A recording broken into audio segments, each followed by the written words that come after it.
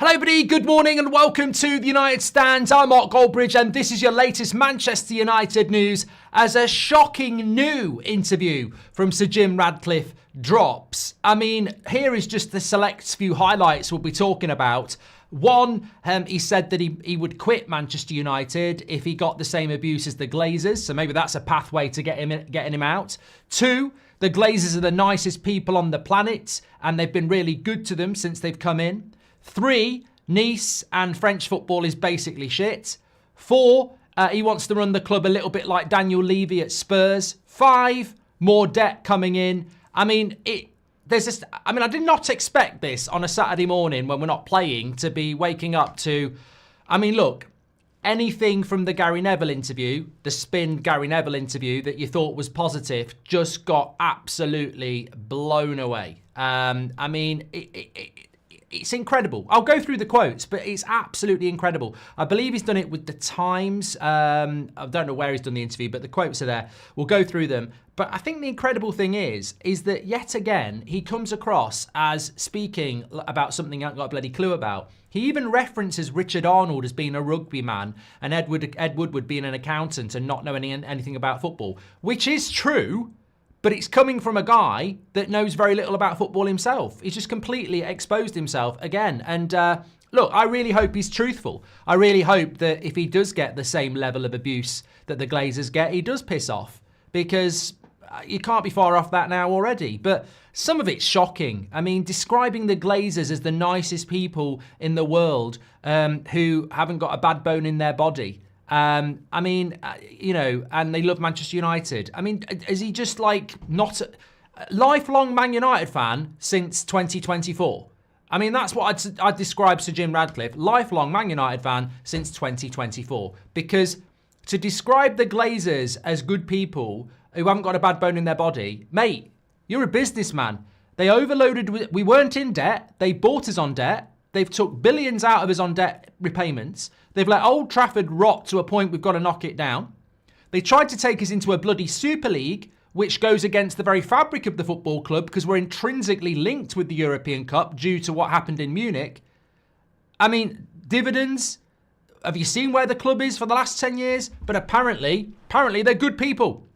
You know what? It's getting to the point where if you're defending Sir Jim Ratcliffe, you're basically a Glazer, in my opinion. I just don't see any differential here. He even thanks the Glazers for being okay with them, considering they made mistakes about Dan Ashworth and Erik ten Hag, which shows you who's buttering the bread.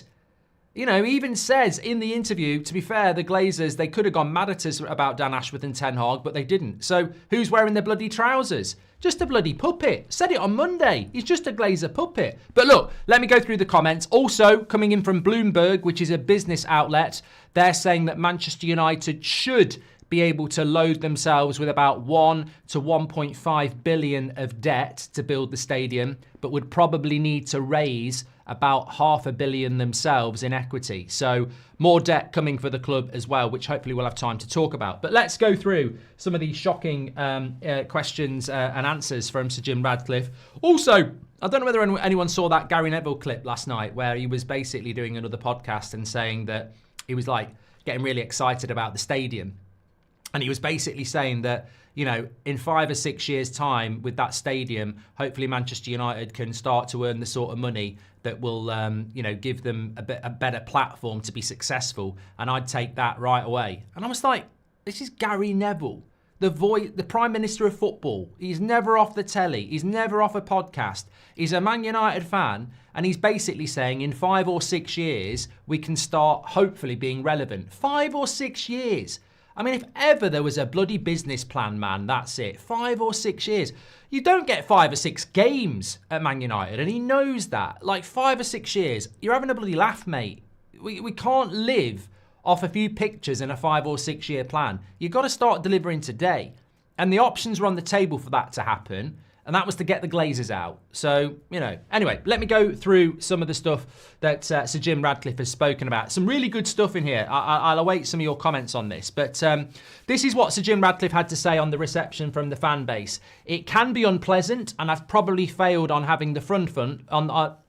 He says, it can be unpleasant and I've probably failed on the having fun front. I mean, I can put up with it for a while. So basically saying that obviously he's aware of some of the stick he's had in the first year at Manchester United. He's here to have fun. He can put up for it a while having a bit of the stick. But, if it's not fun, then he's not, going to enjoy it. He said, I don't mind being unpopular because I get that nobody likes seeing Manchester United down where they are and nobody likes the decisions we're having to make at the moment. Okay, I think he does get a little bit obsessed with where we are in the league. I mean, I think he thought the protests were about that, which again, he just doesn't see. As I said, lifelong Man United fan since 2024, he doesn't seem to understand fan culture around Manchester United at all, which makes me think he doesn't really understand what's going on at Manchester United, because I genuinely think from a couple of things that he said that he thinks that fans are unhappy just because of where we are in the league. It's a lot bigger than that, Sir Jim. He goes on to say, if it reached the extent of the abuse that the Glazer family have, then I'd have to say, look, enough's enough. Let somebody else do this. They can't come to a match. The Glazers, they've retreated into the shadows a bit now, so I'm getting all the bloody stick. He says that we bought in and I haven't seen them since. Thank you, Jim. You're doing a really good job. At the moment, I don't have the security. I don't have to walk around like that with security, but it would defeat the object, wouldn't it? You couldn't tolerate it at that level. It just wouldn't be fun. So I think basically what he's saying is, and there's your pathway if you're a Man United fan. So Jim Radcliffe is basically saying if he got the treatment the Glazers got, then it wouldn't be fun. And therefore, he'd have to look at it and go, enough's enough. So effectively, if you don't like this ownership model and you don't like Sir Jim Radcliffe, then he's basically, whether he's telling the truth or not, he's basically saying if he got the same treatment of the Glazers, he wouldn't want to do it anymore. Which I suppose is a bit of a quit threat, isn't it? Sir Jim's quit threat. If he got the same abuse that the Glazers got and it wouldn't be fun, then he wouldn't do it anymore. Well, I'd call his bluff because he's already had a bit of stick and I don't see it getting any better anytime soon. I genuinely don't, actually. You know what? To play devil's advocate here, I don't think it's going to get any better any soon, mate, because 5 or 6 years is your plan. And in football, as I said, you get 5 or 6 games. So, the protests might be back for the Manchester derby. There might be more bad results. We might get knocked out of Europe. There might be season ticket prices increasing. That's the big rumour today. There is a big rumour going around that he's going to increase season ticket prices. So I don't think things are likely to get better. In fact, you're likely to get more criticism. So, would he quit? Would he walk away? I'm not so sure. Also, he had this to say. He said, to be fair to the Glazers, they're really good on the commercial side. The people who advise them say the fans don't want to hear it. So I've got to be cautious. I get a lot of criticism if I support the Glazers, but the fact is they're really decent people. I mean, to be honest with you, there's a lot of things that are going to really annoy people, I think, this morning. But this is probably a time where I'd say take a deep breath from what's coming in. On the Glazers, so, in the same interview, he says, the people who advise me say the fans don't want to hear it, positivity about the Glazers. So I've got to be cautious. I'll get a lot of criticism if I support the Glazers. And then goes on to support the Glazers. So he's been advised, don't publicly support the Glazers. Don't say anything. But he still says, the fact is, they're really decent people. And then he doubles down on it and says, they're East Coast, that old East Coast America. They're very polite. They're very civilized. They're the nicest people on the planet. I mean, there isn't a bad bone in Joel Glazer's body. I mean, part of the problem is there isn't a bad bone in his body. I mean, I can't speak. I've had to check this interview to make sure it's not parody. He literally gets told, don't talk about the Glazers, the fans won't like it, and proceeds to not only talk about the Glazers, but run them a bath, get them a glass of champagne, and says, what do you want me to cook you for dinner? It's incredible. Incredible that he has come out and said that. I mean, if you are Sir Jim's PR people, you will be sat there this morning going, well, they obviously signed the bloody interview off. It's absolutely incredible. I think this morning there will be people that this week, because of a few pictures and an interview, were actually going, I quite like Sir Jim. I quite like what his ideas are. Defend what that statement is. They're East Coast, They're East Coast, At the end of the day, they're East Coast, Now, I don't know East Coast, actually. I don't know East Coast. I don't know much about East Coast. But, you know, at the end of the day, they're East Coast, you know. That old East Coast America. They're very polite. They're very civilised. They're the nicest people on the planet. I mean, there isn't a bad bone in the Glazers' body. I mean, that's part of the problem at the end of the day. They're just so bloody nice. There's not a bad bone in their body. I mean, what part of his brain is going, this is going to go down really well with United fans? United fans who cannot stand the Glazers, and here's me trying to win a popularity contest. I've got a great idea. Let's big up the Glazers. I tell you what, Joel and Avram, leave it to me. If I know charm like I think I do, I'll charm these United fans. They'll be eating out of our hands. I mean, it's just incredible.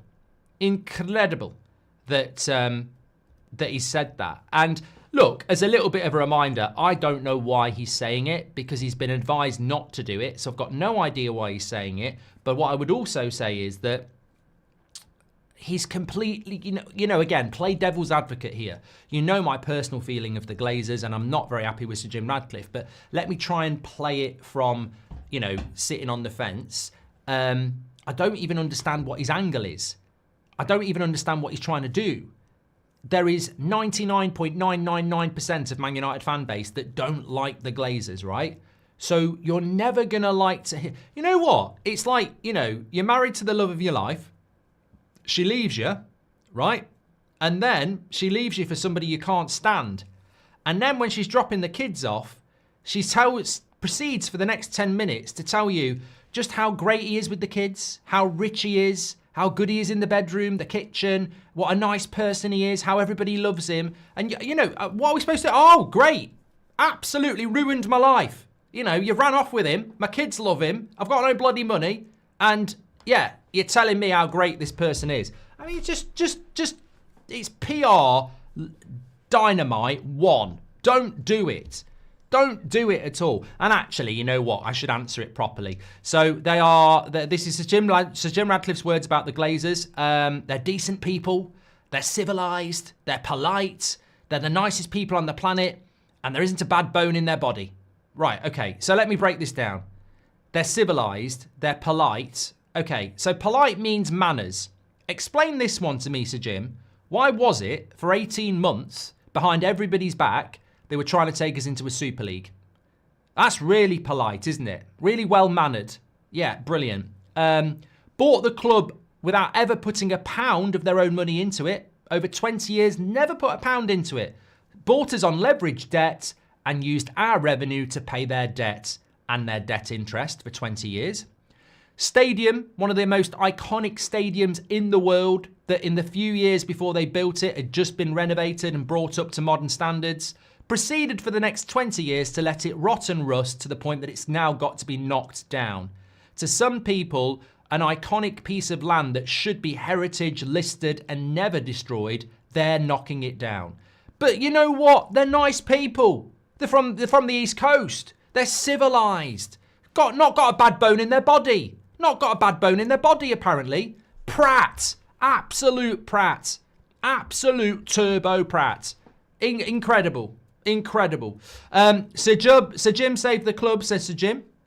I remember there was a clause Sir Jim signed that he can't say bad things about the Glazers when they give him full control of the ops. Tech, grow a brain and stick it in your head. What are you talking about? I know he's not going to sit there and say the Glazers are knobheads, the Glazers have done this, that and the other. But he doesn't have to... Ronan Keaton sang it best. You say it best when you say nothing at all. He's not contractually obliged to lie positively. I don't expect him to sit there going, they're absolutely useless, they're crap, I hate them, this, that and the other. But before he bought the club, he told us how nice they are. And for the last 18 months, he's told us how nice they are. He doesn't need to say anything. He literally said it himself. I've been told to be cautious about the Glazers because the fans don't like it when I talk about them. Move on. No, let me tell you how great they are. Let me tell you a story about the Glazers and how amazingly brilliant they are and how nice they are and how they haven't got a bad bone in the body and how polite they are. He doesn't need to say all that stuff. You will get people today going, what do you expect? He's not going to say anything bad. Don't expect him to say anything bad. What I expect him to do is just not say anything to antagonise Man United fans who are absolutely fed up of what those people have done to this football club. Also, I mean, look, you know, I'll talk about the French stuff. This, to me, was where momentarily I felt like he actually spoke a little bit of sense. You remember the traffic light system where you've got red and green and amber's in between? Sometimes it's not red, it's not green, it's in between. I think there was a couple of comments he came out that, I mean, look, I tell you what, it'd be some achievement and skill to do an interview which is totally and utterly car crash TV. But he did speak about, I mean, but then again, I've got an issue with this. He said, I wouldn't have tolerated Ed Woodward or Richard Arnold. Richard Arnold was a rugby man. He didn't even understand football. And Ed Woodward didn't have the credentials to manage the club. He was a merchant banker and accountant. He wasn't the chief executive. I mean, you know, that would be great if that wasn't coming from Sir Jim Ratcliffe.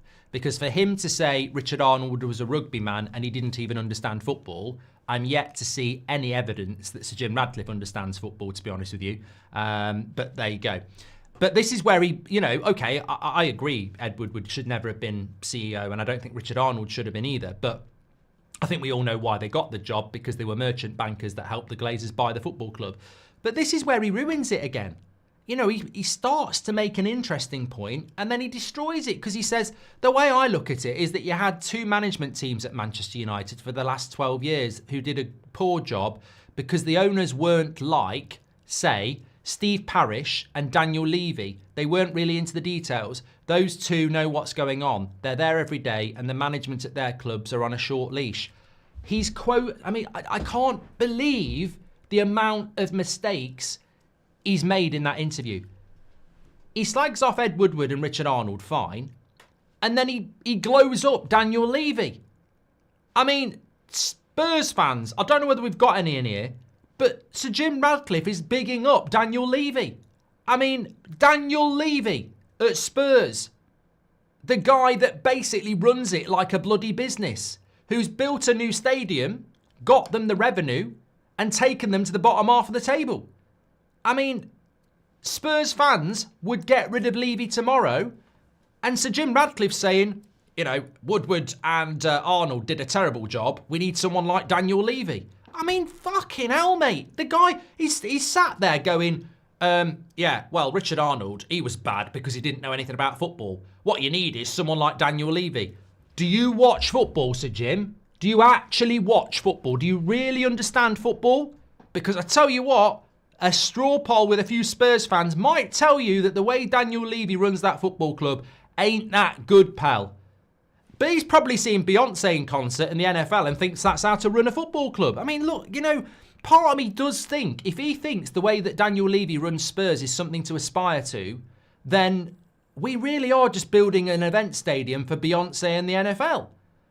Why would you reference Steve Parish and Daniel Levy as the way to run football clubs? Well, you know, there's multiple other football clubs you could mention. I notice he doesn't mention, you know, some more successful football clubs, really, does he? It's going to be the Ollie Murs Stadium, says Glizzy. Worst part for me was he stated that the Glazers were hands-off owners. Just shows you how much they care about football and what they really are into, says David. We'll talk about that in a minute, David, because that's a load of bollocks, to be honest with you. Sanil says, lifelong United fans never own Chelsea season tickets, let alone party and sign business deals with the Glazers, says Sanil Devil. Gareth, thanks for your super chat. Sean White, welcome to the Members Club. Thank you very much. And Tech says, I remember they've done that one from Tech. Get your comments in, by the way. Talk crap about Woodward, yet Ashworth only lasted 4 months, says Liam. Oh, look, the whole interview is riddled with hypocrisy and contradiction. But what makes me laugh is this. The management of Man United have been given huge amounts of rope. The owners just managed the club and left the football side alone, and they've made it a lot of very poor decisions over 12 years. Stupid things. They made a complete cock of it. Shocking, really. They couldn't see where they were headed, right? This is just Glazer spin. That's Sir Jim Ratcliffe basically saying the Glazers didn't get involved, and it was Richard Arnold and Ed Woodward who are to blame. That is complete and utter spin. You can speak to Samuel Luckhurst, you can speak to Laurie Whitwell, you can speak to James Ducker, you can speak to any journalist over the last few years, Simon Stone, Simon Peach, you can speak to any of them people, and if they gave you an honest answer, they would tell you exactly what I'm going to tell you now. It is any employee at Man United, it's been well known for 10 years that Joel Glazer, on a daily basis, sticks his nose in everything. Transfers, canteen costs, the lot. That has been reported for a decade. Joel Glazer runs that football club to a ridiculous level. But you've now got Sir Jim Ratcliffe this week saying, oh, the Glazers are 3,000 miles away. They don't, it's not their fault. They're actually very good on the commercial stuff. They left it to Woodward and Arnold. I mean, this is classic spin. Blame people who are now sacked and protect people who are still here. I see this interview as a complete and utter sham to try and turn Man United fans towards liking the Glazers from Sir Jim. And he's missed the target by a very long way. I'm not having that. I heard it in the interview with Neville, and I've heard it again in this one. He's trying to say the Glazers had nothing to do with it. That, they weren't involved in it. They trusted other people to run it. But it's been well known for a decade that Joel Glazer was running things on a daily basis. You can go and find those articles. You can go and find those quotes. So it's bullshit, absolute bullshit, and it shouldn't be allowed to be out there. He said, on the Glazers again, he hasn't finished. He says, in my mind, we've got a very professional partnership with the Glazer family. But have you met them? Oh, he's done it again. He's done it again. I can't speak. I haven't even read this one. He's got it. He's not content with polishing their car. He's come back for more. In my mind, we have a very professional partnership with the Glazer family. But have you met them? They're really honest, straightforward, not what you expect when you read about them in the press. And they're both, Avram and Joel, passionate about Manchester United. I like them as people. To be honest, they could have given us a bloody hard time, couldn't they? After we cocked up with Dan Ashworth and Ten Hag. Could have, but didn't. Oh my God. He's done it again. Lovely people. Salt of the earth. Passionate about Man United. I like them.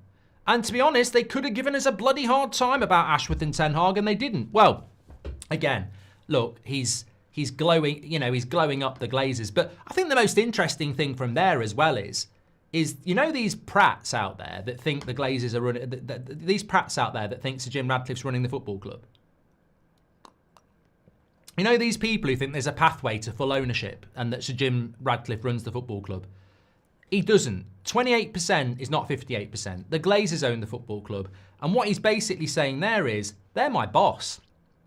The Glazers are my boss. Which is probably why he's being really nice about them. Because he's basically saying, we messed up on Ashworth and Ten Hag and they could have gone mad at us, but they didn't. So he's basically saying, they're my boss. I am the puppet to the Glazers. They are my boss.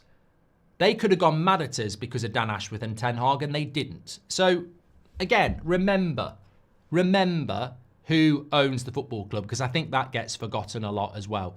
And then, just for a little bit of comedy, here at the end of the interview, and I want to get your thoughts as well.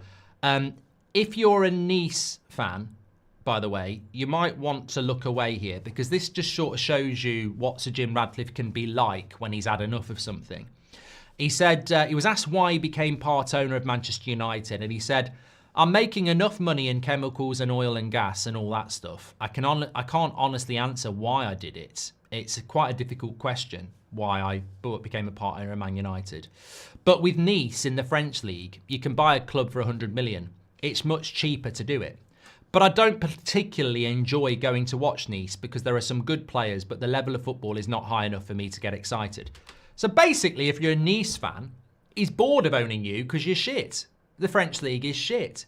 I mean, the guy's just got no...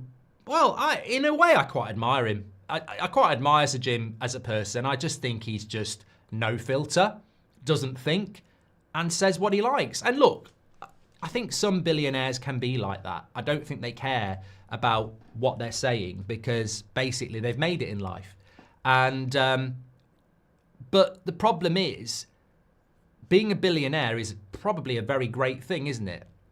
But when you're going to own a football club like Manchester United, what people think of you is actually really important.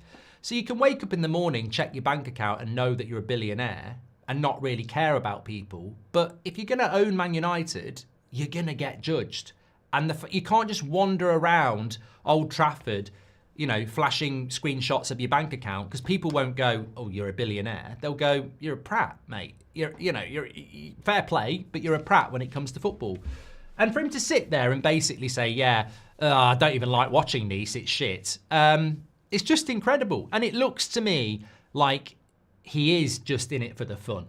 And when you're a billionaire, you can't knock that. But he has missed the target so much. You may as well call him, forget bloody Sir Jim Radcliffe, call him Sir Timo Radcliffe. You know, it's like Timo Werner, he's missed the target so many times.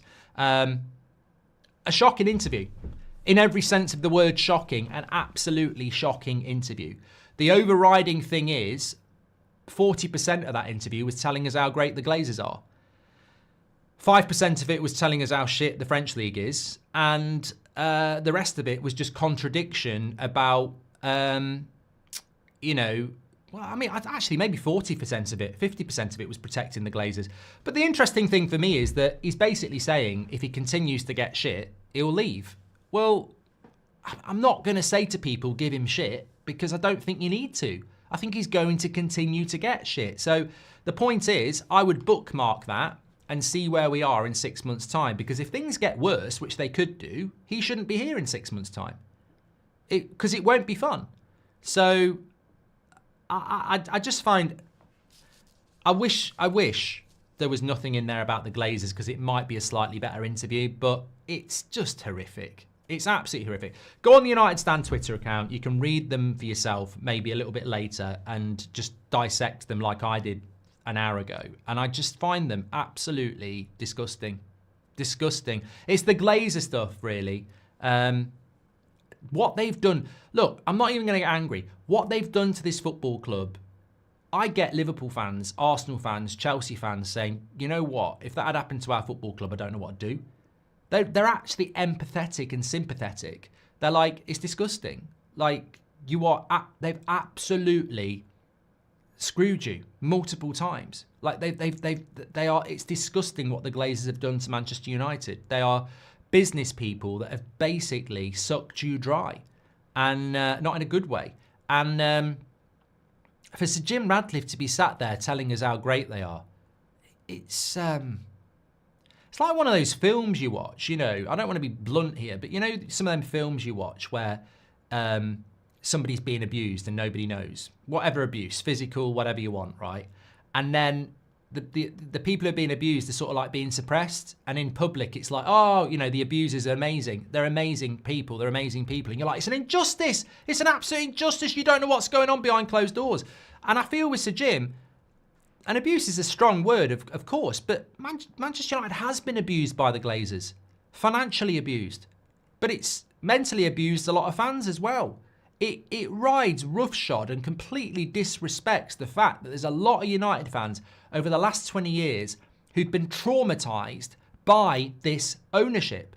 And for Sir Jim Radcliffe to be coming out and telling us all, oh, they're nice people. I've experienced mental health abuse and, you know, torture from the Glazers. Now, I'm not saying I'm on antidepressants or anything like that, but what I'm saying is you can't sit and tell me that there hasn't been times in the last 10 years, 20 years, where you're absolutely depressed and fed up with the way that your football club's being run. Who has orchestrated that? The Glazers. So I'm not being melodramatic. I don't like it when Sir Jim Radcliffe is defending these people, and I do not understand how the Glazers or Sir Jim Radcliffe can think that they're good people and that they're nice people and that they haven't got a bad bone in their body. They've destroyed an institution. They've absolutely bled it dry. Now, I don't know why Gary Neville doesn't want to say it anymore, or Sir Alex Ferguson's never said it, or, you know, anybody else hasn't said it. But I think most Man United fans are absolutely in tune that it's unbelievable. It's absolutely unbelievable. If Glazers are nice people, why did they play with United fans' emotion and employ Woodward and Arnold for their own profit, says Nishart. Yeah, I mean, exactly. I mean, as I said, that interview from Sir Jim Ratcliffe is full of holes. It's full of contradiction and hypocrisy. Because on the one hand, he's saying they're good people, you know, they're polite, they're the nicest people, etc. And then on the other hand, he's saying Ed Woodward and Richard Arnold were terrible. Well, they were here for 10 years. Who appointed them? Who, you know, kept them in place? And the Glazers didn't think Ed Woodward and Richard Arnold were terrible. They loved Richard Arnold and Ed Woodward because they fed them dividends. So that's what I mean. Sir Jim Ratcliffe shouldn't be doing interviews. You know what? Honest advice, pragmatic advice, straight to Sir Jim Ratcliffe. Don't do interviews, mate. I think it's fantastic what you've done with your life. Billionaire, respect. But when it comes to football, you're miles off. You're absolutely miles off. And you're damaging whatever journey you're trying to go on with what you're saying because you're uneducated. You haven't got a bloody clue what you're talking about, mate. No Man United fan would get into bed with the Glazers anyway, full stop. But having done that, no Man United fan would then sit there to proceed to lecture Man United fans on what good people the Glazers are. It's disgusting. He's going to get absolutely buried for that. Absolutely buried. But, you know. Love detached billionaires sucking up to each other, says Nikki. And Kalia says, as United fans should be wary as well. If he has the cheek to say this about Nice, who is he to say further down the line he won't say it about us? 100%. I think this is a really good observation by Kalia, and I hadn't really thought about it myself. I'm sure when he bought Nice, he was telling them how excited he was and how great it was going to be. In fact, I did a video on Ineos ownership of Nice a few weeks ago. I think it's on the channel. And yeah, all the projections were this, all the excitement was that, loving Nice this, loving Nice that, we're going to have some fun. Basically, he's bored of Nice. He still owns Nice, and he's just said in an interview, basically, the football's shit and it's not fun. So, in a few years' time, why would he not say that about Man United? Again, it's like the jilted ex, isn't it? You know, you get a new partner and they're slagging off their ex and you think, yeah, ex up yours. Then you're the ex and you're getting slagged off. So we cannot put up with this. It's clear as daylight that this partnership is just the Glazers and a front man. We got tricked so bad. Again, very good comment, Zion. I said after the Neville interview, I felt that Sir Jim Ratcliffe had outed himself as a puppet. 100% Pinocchio. Yeah, he's telling lies and he's 100% a puppet. I'm going to call him Sir Jim Pinocchio. But yeah, he's a puppet, 100%. If anybody was in any doubt that he's a Glazer puppet, then read back that interview today. 50% of it is Glazer spin. It's just, I don't understand it. What about Rangers in the Europa League, says Barry? Not the Rangers stand, but well done. Private King free, yes, you can get a shout out, mate, says Boys FC. And get this man out of our club. He's clueless, so far out of touch with the fans. It's scary, says Luke. Arnold is a rugby man. What is Brailsford then, says Methane Man. Yeah, I mean, there's some great points coming in, which is why I was asking you. So David Brailsford's not a football man either. And he's doing the strategic review. He's a cyclist. Patrick Lynch says Spurs fans, I mean, this is Patrick might. There's some great comments coming in this morning, but Patrick Lynch is about to drop a very heavy mic here. Remember the bit where he sort of slags off Woodward and Arnold and then glows up Daniel Levy at Spurs? We literally played Spurs a few weeks ago and Spurs fans protested. I presume Sir Jim wasn't watching that game. Or is it because Sir Jim actually sponsors Spurs with Ineos Grenadier? Spurs fans protested Levy and Sir Jim replaced a rugby man with one who has a cycling background. Just full of contradictions. It's spin again. You know what, though? It's insulting, isn't it, Patrick? It's insulting, isn't it, everybody? He thinks we're morons. He thinks we're morons. And look, by all means, do interviews with Gary Neville. Do interviews with Sky Sports. Do interviews with the BBC. Do interviews with the Times. Absolutely fine. Totally understand it. Do whatever you want. But I'm telling you now, he would not sit and do an interview with me or the 58. He wouldn't do it because he would get slaughtered.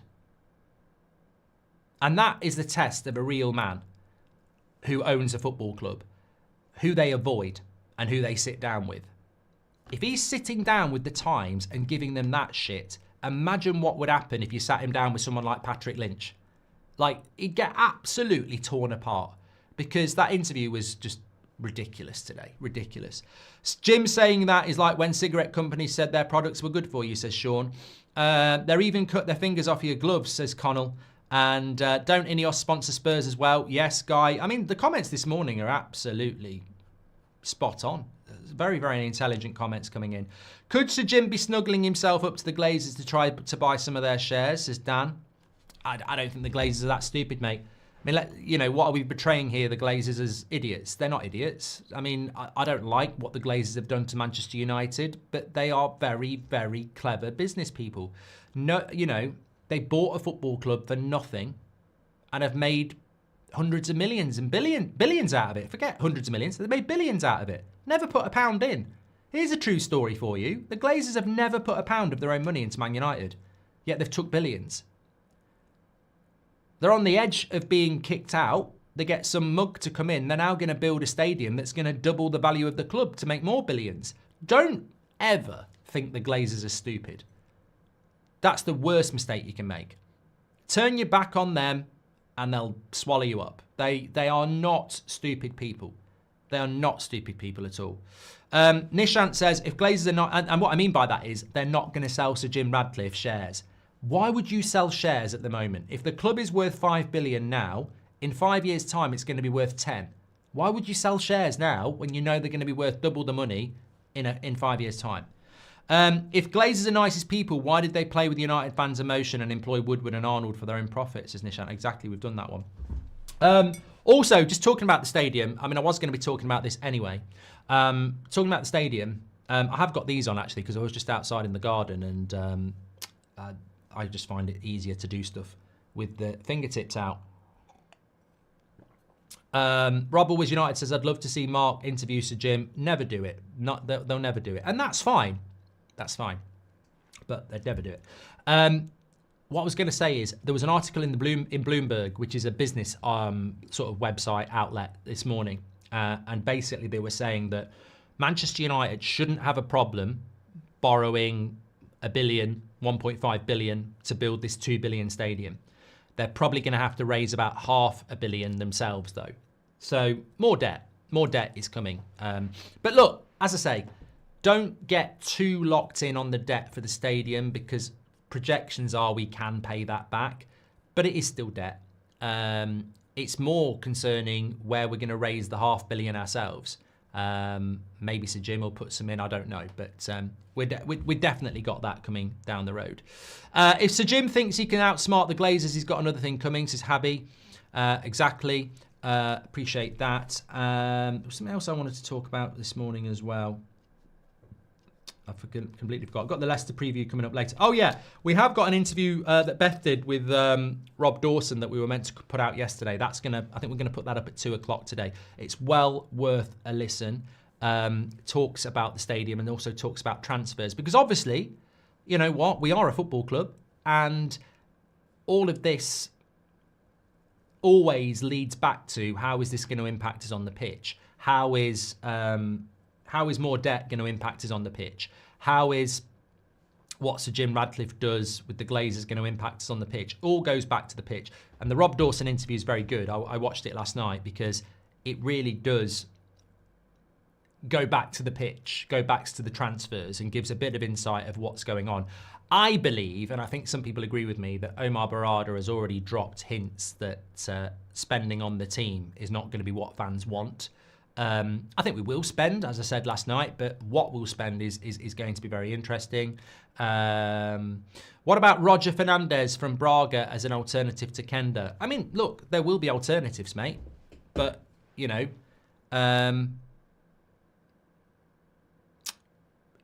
Sarr at Palace is an alternative to Elise, who left.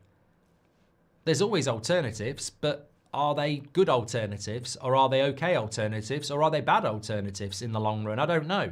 I think some people just go, oh, how many times over the years have we seen a player that we get linked to, and everyone in the chat gets really excited because they've seen a few clips and they go, he's amazing. They come to Man United, and 6 months later, the reality's here, and you go, yeah, ain't that good. So there's always an alternative. The question is the alternative as good as the plan A? Now, I look at Dorgu and I look at Mendes, and Dorgu's nowhere near as good as Mendes, but he's younger and he's got potential and he might end up being better than Mendes. So it's all about time. And one of the big things about time is, by the time Dorgu's as good as Mendes, will Amrim be here? And that's the thing for me. It's not about alternatives. If I had my way, we'd buy 7 Plan A players for Amrim in the summer and we'd get the party started. But we're not going to do that. We might buy 4 players, of which 3 of them might be Plan B, C. And then you're looking at it next season, and you're going, is Amrim still in a job? So the big thing for me is, it's not about finding alternatives. We'll find alternatives. It's about the quality of the alternative and how many players Amrim's going to get and how many players are going to get moved out. Because there will be no tomorrow. There will only be today. And the big thing is, Gary Neville, Sir Jim Radcliffe, the Glazers, they can talk about the stadium in 5 or 6 years' time, but it will not be about 5 or 6 years' time. It will be about 5 or 6 weeks or 5 or 6 months. That's about as far as football goes.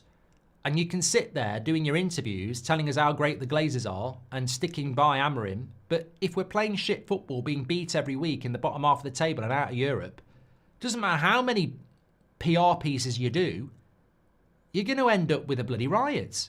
And at the moment, I look at United and I go, it's really interesting that Sir Jim Radcliffe says he wants to have fun. And it's really interesting that he says if it happens to him what's happened to the Glazers, he'll walk. Because I don't think he will walk. So we'll have to wait and see. But I'd also say, no shit, Sherlock, it's in the balance here. Things could start to get better. Things could get worse. Things could stay the same. There are 3 outcomes here. Worse, better, the same. 2 of those outcomes are going to make your life very difficult, Sir Jim. If things stay the same, it ain't good enough. People won't be happy. If they get worse, things are going to get worse. If they get better, how much better will they get? Will it be better consistently, or will it be better for a little bit and then drop off again? And this is the thing that he should be being advised about. Look at the last 10 years. Under Mourinho, under Ten Hag, under Ollie, under Van Gaal, things got better for a little bit and ended up getting worse than they were before. I think it's going to be very interesting. But I don't think he's doing himself any favours. I really don't. Thanks everyone for tuning in this morning. Really appreciate it. Don't miss the video at 2 o'clock. I think you'll really appreciate that. If you didn't watch live, get your comments in. If you did watch live, get your comments in. I think there's going to be some very interesting ones. I can't believe that interview this morning. Not even ranting or shouting or screaming or anything like that. I think we've broken it down in a fair way. I think you've made some very good points. I remain to be convinced that there's anything in there that you could, you know, if anybody out there is defending that interview, they're a Glazer. Because Sir Jim's a Glazer. In that interview, he is a Glazer sympathiser. As simple as that. Shocking interview. Can't believe he did it. Can't believe he was advised to do it. Really, really bad. Take care, everyone. Stay safe. Make sure you smash a like and subscribe. I'll speak to you on the next one.